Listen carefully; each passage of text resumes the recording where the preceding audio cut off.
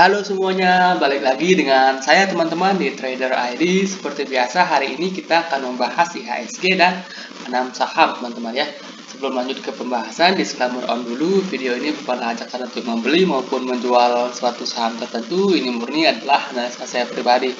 Jadi silakan untuk dianalisa ulang kembali karena nanti baik keuntungan maupun kerugian itu teman-teman yang akan tanggung resikonya ya. Oke, kita mulai dari indeks ya. Indeks hari ini terkoreksi 0,68% teman-teman ke level 6677. Nah, indeks hampir sepanjang sesi ya hari ini tertekan teman-teman ya. Dan kalau kita lihat dari segi chart, indeks membuat pola konsolidasi ya, teman-teman ya. Kalau kita gambar sebuah pattern di sini ada pola konsolidasi yang namanya rising wedge dengan harapan indeks tidak jebol dari supportnya ini di sekitaran angka 6.650-an ya. Dengan harapan indeks tak jebol supportnya ini. Kalau indeks jebol supportnya ini, ada potensi indeks akan kembali turun ke sekitaran 6.600 sampai sini ya, sampai area 6.500. Nah, so far kalau indeks masih di area konsolidasi ini menurut saya masih oke. Indeks masih baik-baik saja, window dressing juga sudah masih makin dekat, jadi manfaatkan penurunan ini untuk cicil saham-saham yang masih bagus teman-teman ya. Oke, itu saja untuk indeks. Kemudian saham pertama yang akan saya bahas hari ini adalah saham IMJS. Nah, IMJS ini sebelumnya udah pernah kita bahas teman-teman. Sebelumnya udah pernah kita bahas, pernah kita buat set trading plan ya. Nah, kita set trading plan, tapi trading plan kita yang kali ini gagal teman-teman ya. Yang kali ini gagal. Oke, tunggu dulu teman-teman ya. Ya, yang kali ini kita trading plan kita gagal teman-teman ya. Kalau kita hitung cut loss-nya itu cut loss sekitaran 2%. Jadi it's okay teman-teman ya. It's okay. Dulu kita pernah hit target 30% lebih. Sekarang cut loss 2% itu it's okay. Itu risk reward tuh menang banyak teman-teman ya. Nah, untuk saat ini IMJS kembali ke form konsolidasinya teman-teman. Jadi ada potensi untuk IMJS ini masih akan berkonsolidasi dulu ya, konsolidasi dulu untuk sementara waktu. Nah, nanti kita bisa perhatikan apakah konsolidasi ini mampu di break lagi atau akan di break down. Kalau di break lagi ke atas, maka teman-teman bisa memanfaatkan untuk buy lagi untuk saham IMJS ini teman-teman. Untuk saat ini kemungkinan besar dia akan terkonsolidasi dulu. Oke, itu saja untuk saham IMJS. Kemudian yang berikutnya adalah saham HMSP. Nah, HMSP ini kan masuk ke sektor consumer teman-teman ya. Masuk ke sektor consumer. Nah, belakangan ini sektor consumer sudah mulai bergerak teman-teman. ICBP, INDF, kemudian Mayora juga sudah mulai bergerak. Nah, ini salah satu saham di sektor consumer teman-teman. Dan dari segi chart, menurut saya HMSP ini juga cukup menarik teman-teman, cukup menarik. Dimana kalau kita perhatikan dia membentuk pattern yang namanya cup and handle. Di sini ada cupnya, di sini handle-nya. Nah, posisi sekarang tepat berada di resistennya teman-teman ya. Tepat berada di neckline cup and handle-nya. Dimana jika nantinya ini mampu di-break ke atas, maka peluang kenaikan untuk HMSP ini kembali ke sekitaran 1170 atau bahkan membuat swing high baru di sekitaran harga 1300 ya, sekaligus nutup gapnya ini, nutup gap yang besar ini. Oke, menurut saya ini masih oke. Dan buat teman-teman yang baru mau entry saham ini ya, teman-teman menurut saya bisa bayar harga sekarang ya, bayar harga sekarang di 1045, atau kalau dia terkoreksi dulu teman-teman bisa buy on weakness. Dengan stop loss teman-teman bisa set di bawah angka 1000. Misalnya di 980 itu risknya moderat ya, 6,22%. Jadi cukup moderat untuk risknya. Kemudian rewardnya yang pertama teman-teman bisa set di sini. Di angka 1170 itu 12%, risk to reward ratio masih 1/2. Jika rantainya ini mampu di break ke atas, maka potensi membuat swing high baru untuk HMSP, potensinya ke sekitaran 1300. Jadi risk to reward ratio cukup menarik kalau HMSP ini mampu ke 1300. Dan kalau kita lihat HMSP ini kan posisi sekarang sedang berada di bottom teman-teman. Jadi selama dia masih naik, teman-teman masih boleh hold nantinya. Oke, itu saja untuk saham HMSP. Kemudian saham berikutnya adalah saham BBKP.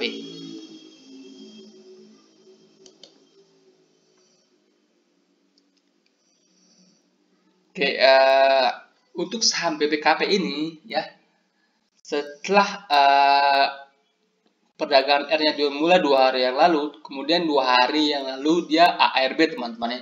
ARB, nah sesuai yang sudah pernah kita bahas sebelumnya, dan wajar saja BBKP ini tertekan teman-teman ya, karena sesuai yang sudah kita bahas sebelumnya, mereka yang sudah buy di dua channel ini ya, dengan hitung-hitungan dia dapat saham R-nya, mereka sudah cuan beggar teman-teman. Jadi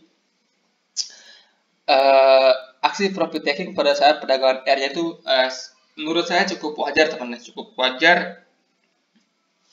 Oke, sorry. Cukup wajar. Nah, setelah nanti perdagangan R-nya, teman-teman bisa perhatikan lagi saham BBKP ini. Atau teman-teman pakai teorinya Cohawks. Kalau teman-teman nih ikut forum Stockbit atau punya aplikasi Stockbit, di sana ada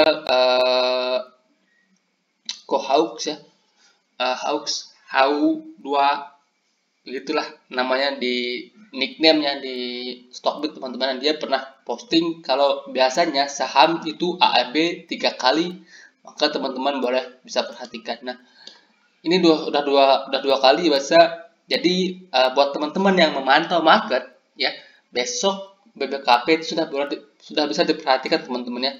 Nah, 2 hari ini kan bid offer jualnya itu tinggi ya, hampir 2 juta sampai 3 juta lot. Nah, ketika nanti bid offernya itu tiba-tiba hilang teman-teman, maka teman-teman bisa perhatikan untuk buy BBKP di harga ARB, karena menurut saya itu offer palsu ya, bid offer palsu. Oke, itu saja untuk saham BBKP. Menurut saya ini cukup menarik untuk teman-teman perhatikan untuk wait and see terlebih dulu, tunggu harga bottomnya. Kalau nanti terlihat adanya pantulan, maka teman-teman bisa entry di saham ini. Menurut saya setelah ada isu BBKP ini cukup menarik teman-teman ya. Oke, itu saja untuk saham BBKP. Kemudian yang berikutnya ada saham PTPP.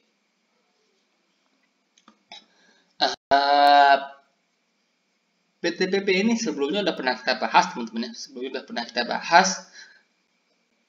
Pernah masuk watchlist kita juga. Buat teman-teman yang mungkin belum cut loss saham belum kena trailing stop, ini masih layak untuk di hold ya. Pertama kali saya sarankan entry buy di sini ya, pada saat dia break dari pola konsolidasinya ini. Nah, buat teman-teman yang udah ikut sebelumnya, ini sebenarnya cuannya udah banyak. Saya trailing stop di MA200-nya. Waktu itu saya bilang kena trailing stop di MA200. Nah, di sini terlihat PTPP ini kembali adanya perlawanan buyer teman-teman ya. Perlawanan buyer di sini kembali membuat pattern yang namanya cup and handle ya. Ini bisa kita turun ya di sini. Kembali membuat pattern cup and handle, dan dia break lagi dengan volume yang meningkat signifikan. Di sini bisa kita perhatikan untuk PTPP. Dan buat teman-teman yang baru mau antri PTPP ini, menurut saya cukup menarik teman-teman ya, cukup menarik buat teman-teman yang baru mau entry di harga sekarang.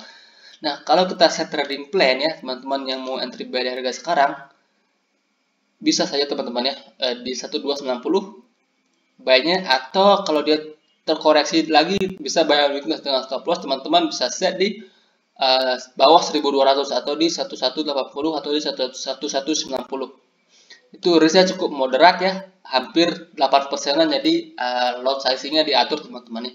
Atau kalau teman-teman mau pasang stop loss di bawah kotak kuning ini, bisa juga teman-teman ya. Teman-teman bisa set stop loss di sini.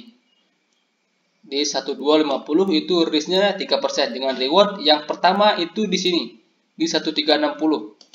Reward pertama itu 1360 itu sekitaran 5% ya.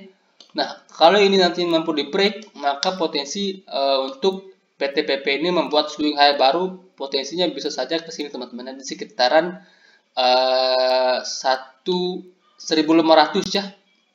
Jadi risk to reward ratio menurut saya ini cukup menarik.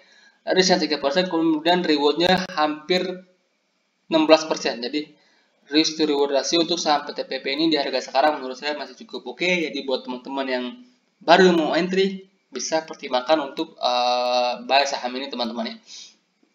Oke, baik itu saja untuk saham PTPP. Kemudian yang berikutnya ada saham SIMP.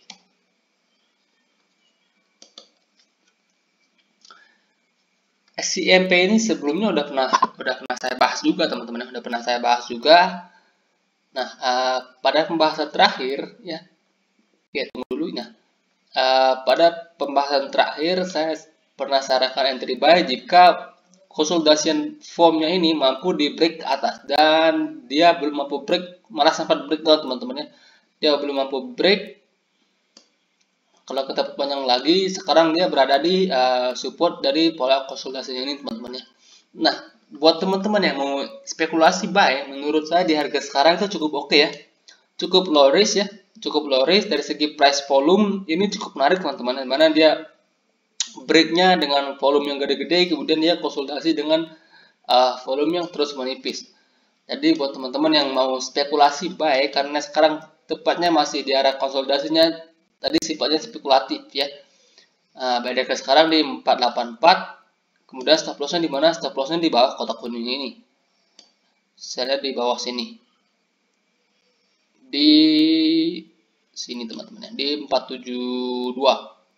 Atau teman-teman mau perpanjang lagi di bawah 470 juga bisa, karena ini risknya masih cukup kecil ya. Masih di 3%. Rewardnya pertama di sini. Di resisten kotak kuning ini di sekitaran harga 510. Itu rewardnya 15%. Nah, jika nanti ini mampu di break ke atas, maka potensi untuk SIMP ini kembali ke resistennya ini di sekitaran harga 550, itu sekitaran 12%. Jadi risk to reward ratio ini sebenarnya masih cukup menarik kalau menurut saya ya. Masih cukup menarik. Nah, dari segi price volume juga menurut saya saham ini cukup oke, cukup menarik buat teman-teman perhatikan. Oke, itu saja untuk saham SIMP. Kemudian yang terakhir ada saham Adaro. Nah, saham batubara hari ini terlihat adanya perlawanan buyers, teman-teman. Hari ini terlihat adanya perlawanan buyers. Nah, saham Adaro ini salah satu saham yang pernah saya sarankan cicil untuk window dressing. Ini menarik teman-teman ya, ini menarik dimana kalau teman-teman yang ikut plan ya, yang cicil-cicil ini seharusnya dia posisi sekarang masih ada profit teman-teman ya, karena saya sarankan itu cicil bukan buy lump sum. Nah, kalau teman-teman yang ikut plan ya, cicil-cicil harusnya sekarang ada profit. Nah, kalau kita tarik downtrend line-nya ini sudah ditembus teman-teman ya. Hari ini dia tembus downtrend line minornya ini. Jadi menurut saya Adaro ini cukup oke, cukup menarik ya. Buat teman-teman yang udah buy sebelumnya, pas saya sarankan cicil-cicil window dressing, ini sahamnya menurut saya masih akan melanjutkan kenaikan teman-teman, masih akan melanjutkan kenaikan. Apalagi kan cyclicalnya saham batubara itu pas window dressing. Jadi target di 1900 harusnya itu tidak mustahil teman-teman, harusnya ya. Tapi sekali lagi pergerakan saham itu terserah market, jadi kita sebagai trader harus bisa mengantisipasinya teman-teman ya. Kalau dia turun kita harus ngapain, kalau dia naik kita harus ngapain, kita harus tahu sebelum sahamnya itu bergerak. Itulah yang namanya trading plan teman-teman ya. Oke, itu saja untuk saham Adaro. Dan sekian untuk pembahasan kita hari ini. Semoga bermanfaat dan selamat malam.